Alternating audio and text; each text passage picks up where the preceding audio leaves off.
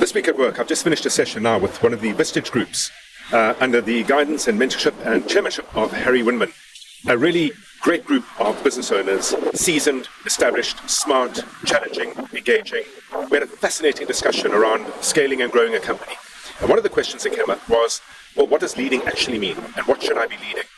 If you find yourself in a position where your business cannot function without you, in other words, that without your presence over there, your team, as adept and as capable as they may be, constantly look for guidance or for a direction as to what they could be doing, should be doing, ought to be doing, besides the everyday performance and management of operational systems, then perhaps the business really does need a different kind of leadership.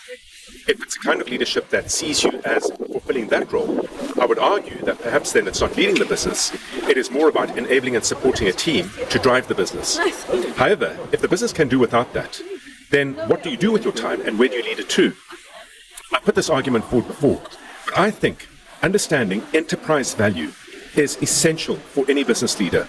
It's where you should be spending your time because it helps you focus on maintaining and occupying and reshaping and chiseling, in effect, your strategic differentiation, the thing that sets you apart from all your competitors. It ensures that you manage and maintain, through direction, through guidance, the capability of the business to be able to deliver a service consistently and reliably, through how you build your commercial functions and activities, how you organize them, how you break them up into a series of activities that create one conjoint, end-to-end system of commercial competence, to how you elect your team leaders, how you incentivize your team leaders, how you mentor and guide them by providing them with frameworks against which they themselves can take full accountability and responsibility for the functions that they lead through the systems that they operate and the teams that they deploy onto those systems to maintain your competitive position. Through to identifying new products, new markets, or new approaches that will significantly see revenue increase, but also at the same time, profitability, not profit as per revenue, but profitability as a percentage of revenue, increase at a greater rate than your revenue increases. If you spend your time focused on those elements, in effect, you're looking at complete enterprise value.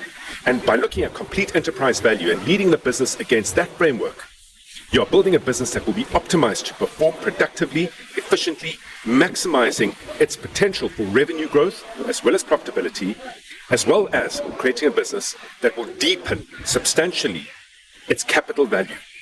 Leading needs both. It needs the purpose of an operator mindset, and it needs the intent of an investor mindset. Food for thought, and a good question to ask yourself. If I'm leading, what is it that I'm leading, and what is the framework that should guide my leadership? Until next week at work, have an entrepreneurial day.